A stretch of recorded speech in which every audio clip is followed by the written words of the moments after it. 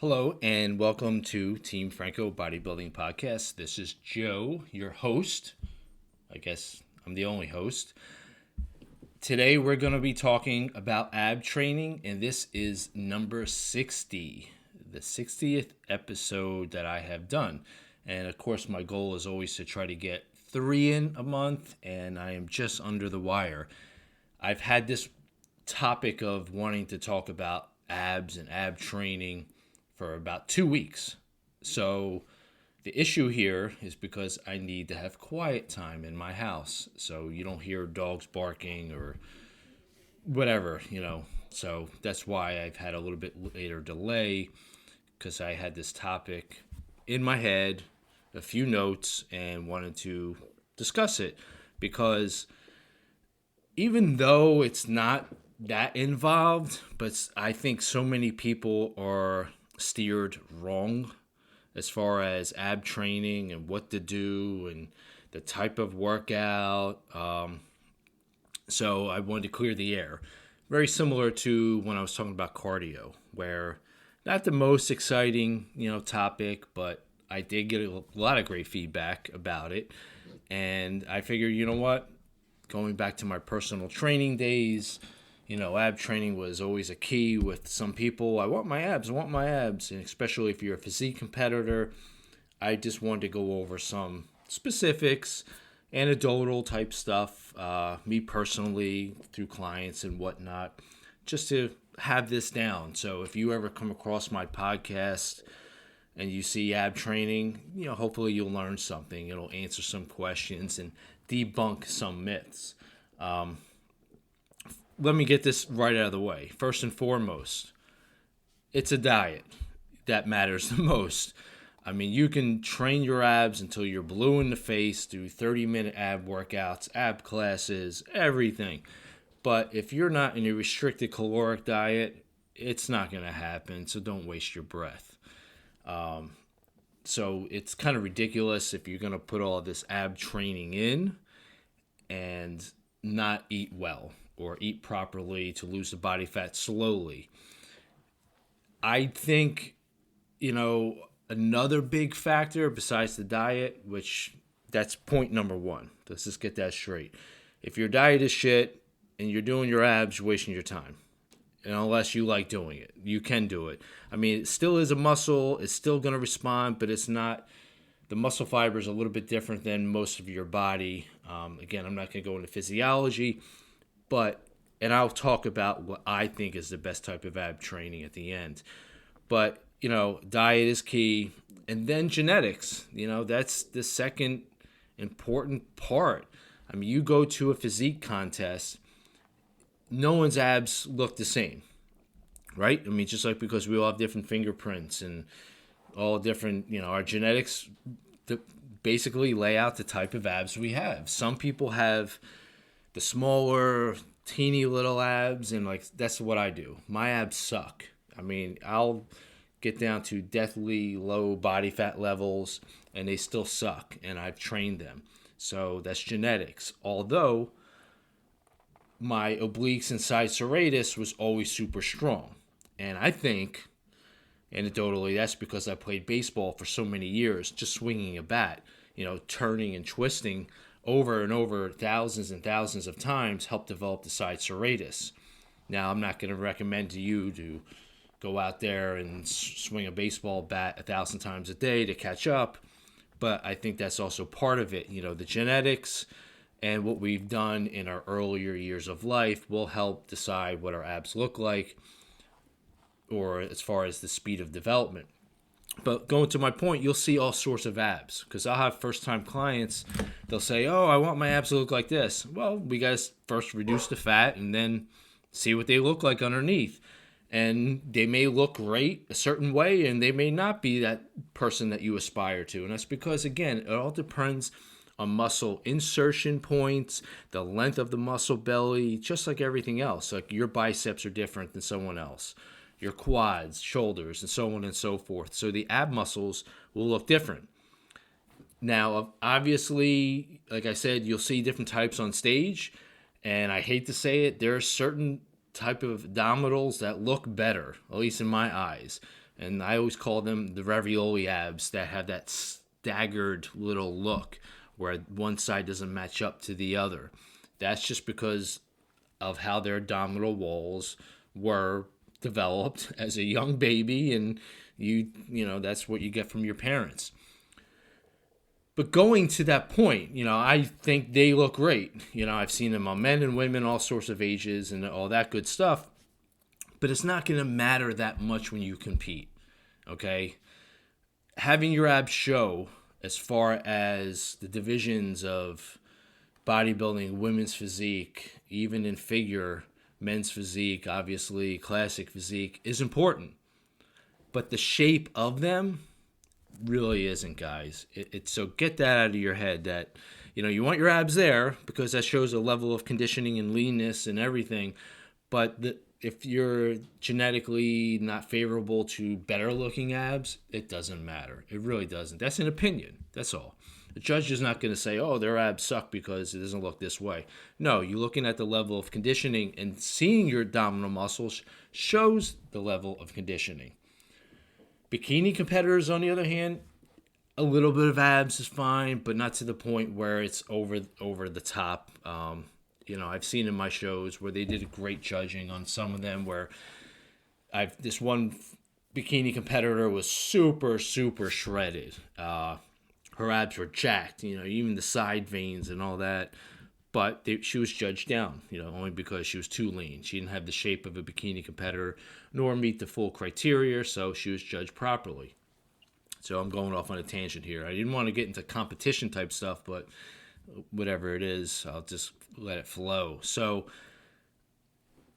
quick review before I continue. Yes, diet is key. You need to be restriction of diet.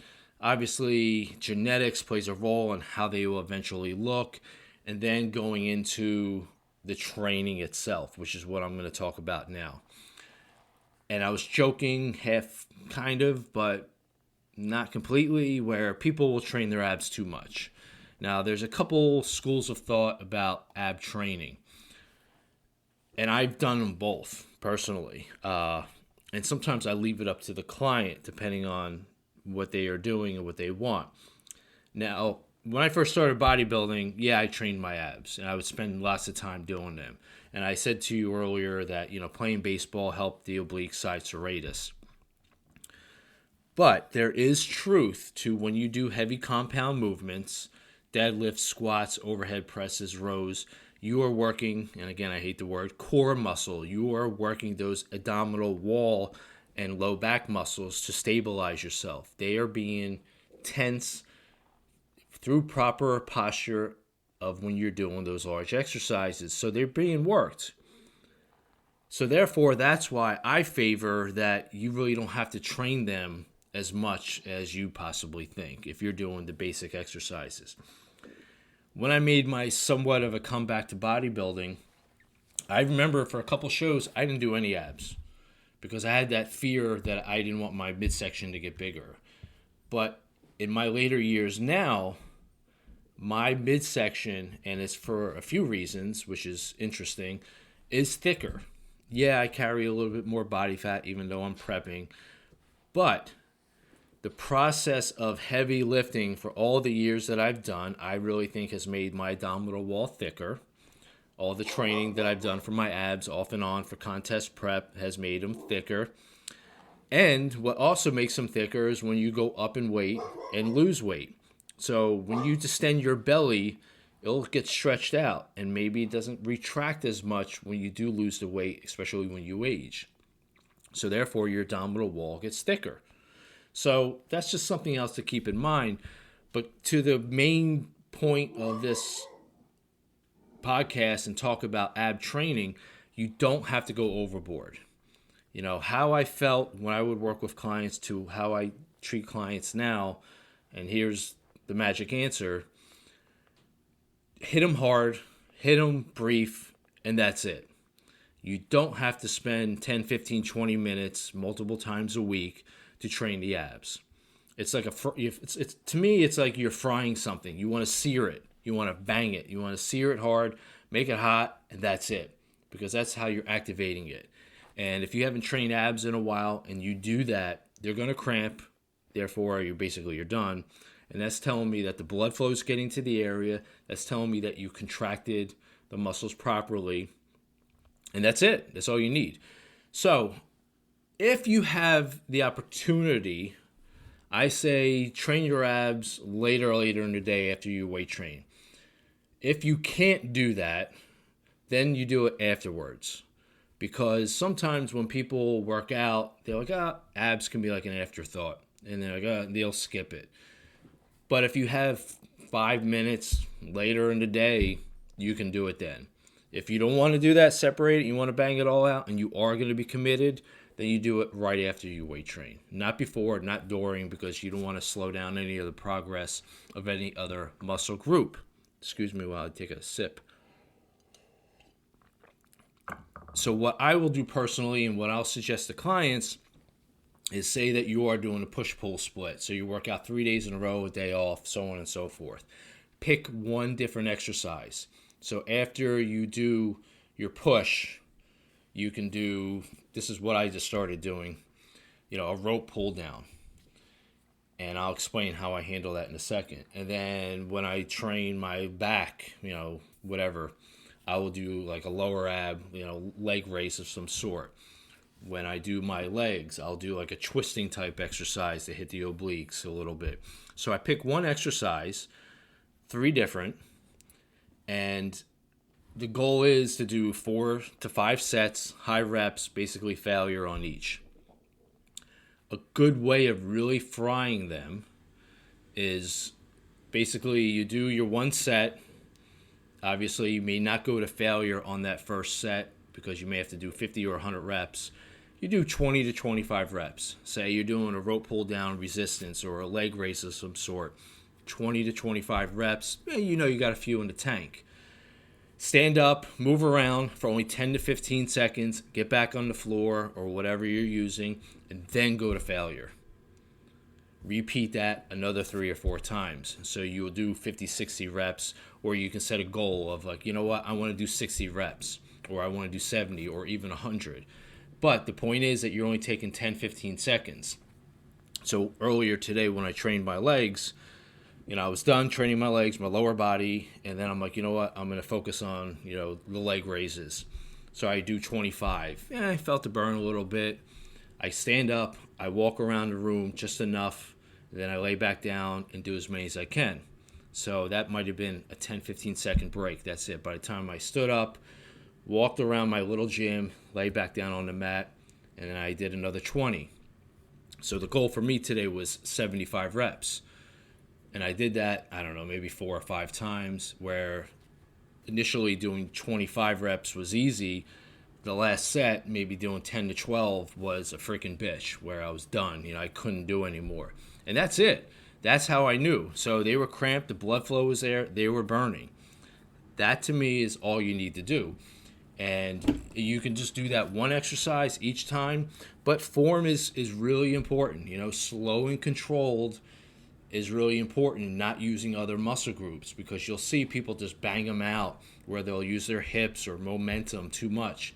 I think slow and control, thinking about flexing them, putting in the whole mindset of what the abdominal wall is actually doing. It's contracting. It's bringing your shoulders off the mat a little bit if you're doing a normal crunch. It's breathing out, pulling in the abs, flexing them every single time. If you can do hundreds and hundreds, most likely you're not doing them right or you're super gifted. It's about feeling it out, momentum. And then, maybe, you start off with 75 reps and you need 4 or 5 sets. And if that gets easier, then you just add the total reps. But doing this method of taking the short breaks in between will be a progressive overload, because then you add maybe, all right, I want to do 85 next time and see how many sets I do it with only taking 10, 15 seconds. And you just constantly build it up. And if you master that one and you're doing 100 easily, say like 4 sets, then change up the exercise, add a little resistance, be a little creative, but always go back to knowing that you are focusing on the feel and flexing. Like a bodybuilder does on stage, the abdominal thigh. That's all you're doing is crunching down, breathing out, flexing that area. And that is really, to me, all you need. It doesn't have to be 10, 15, 20 minutes, a 30-minute ab class at your gym or anything crazy like that. It's just frying them up, hitting them hard, and you're going to activate it. But I will suggest is to do something different so you're hitting the upper. I mean, some people argue that there's no upper or lower, but you feel it. If you're doing a leg raise on the floor or, on that chair type of thing, you'll feel it in that section. And I think that's a good idea where you focus on the 3 different areas and just try to figure out what's best for you. So quick review. Again, diet is key. Caloric deficit, so you can uncover what is there, because everyone has a six-pack. Even if you don't train your abs and you diet down, you're going to see them a little bit. Genetics does play a role, Chase is making a cameo. Obviously, you hear him, but I don't feel like stopping. Genetics does play a role because genetics determines your thickness of your abs naturally, how they're developed, and everything else. Sorry about that. I did end up pausing because my dog just wouldn't stop barking. All right, let me continue. That's why my voice may sound different with the mic. So genetics, yes, it plays a role. Obviously, what I was just saying a few seconds ago, it will help determine. Some people just have a naturally better six-pack of abs or eight-pack or whatever, or side serratus. And it could be for a number of reasons. 1, because genetics. 2, because of activities that they did as a youngster. And then finally, as I discussed, was talking about, the training of the abs. Hit them hard, pick one exercise, burn them out, use the method that I went into detail with, and give it time, guys. Especially if you're a competitor or you are just someone that wants to get leaner. And this is the bonus part. If you stuck around, this is, means a lot to me. Don't use your midsection as a guideline to being ready to compete, okay? Don't use your midsection as a sign of fitness. Yes, you have to be lean, but sometimes people are lean all the time, and it's just not healthy for the body. Where, who knows what they're doing to themselves to keep a super lean six-pack of abs. It's just not healthy. Some people naturally can do it, but majority of the people, it's not ideal. Just like if you're a competitor to be lean all year round. I have clients that will use their abs, and I remind them, I said, you're being judged on your entire physique. You're a bikini competitor. We're looking at your legs, your glutes, your back, your shoulders, your arms. And then, obviously, if all that's in shape and you are relatively lean, your midsection will be tight. It will be perfect. Men's physique is one of the worst, unfortunately, where you'll just see guys with great abs and not have a great back or shoulders or arms or chest, where that's all they focus on. And that is really not what we're looking for as judges. We are looking for a complete physique where your body is even, not just your abs. So don't use that as a sign of progression. Please, I remind my clients of that. So if you're a competitor and listening, don't use your abs as a sign of fitness. It's just one piece of the puzzle. All right, guys, I'm going to wrap this one up. Any questions or concerns, fitfranco@verizon.net. Ideas for other podcasts, email me. Interested in coaching, posing, my shows. I'm here to help and just want the best for you guys. I'll talk to you soon.